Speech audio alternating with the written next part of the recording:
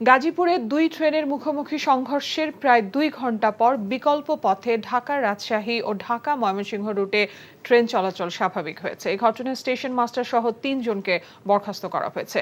Railway কর্তৃপক্ষ দুটি এবং জেলা প্রশাসনের পক্ষ থেকে একটি তদন্ত কমিটি গঠন করা হয়েছে। দুর্ঘটনা কবলিত ট্রেন দুটি লাইন থেকে সরিয়ে নেওয়ার চেষ্টা করছে উদ্ধারকারী দল। এদিকে সিগন্যাল ম্যানের ভুলের কারণে দুর্ঘটনা ঘটেছে বলে দাবি করেছেন জয়দেবপুর স্টেশন মাস্টার হানিফ মিয়া।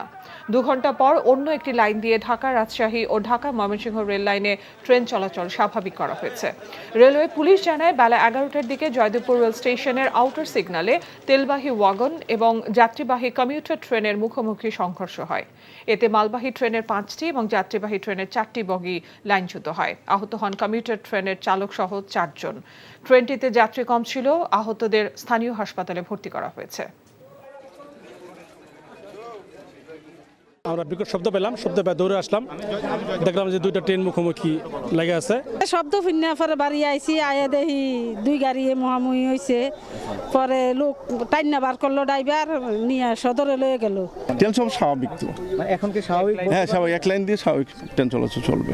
তো আমাদের কমিটির যে সুপারিশ করবে সে তো অবশ্যই শাস্তিমূলক ব্যবস্থা গ্রহণ করা হবে। আপনি ব্যক্তিগতভাবে কি মনে করেন অ্যাক্সিডেন্টের পিছনে কি কারণ থাকতে পারে? এই দুইটা হিউম্যান ফিলুর অথবা টেকনিক্যাল কোনো বিষয়। বিকাশে কম খরচে ক্যাশ আউটের লিমিট বেড়ে 50,000, প্রিয় এজেন্টও 2টা।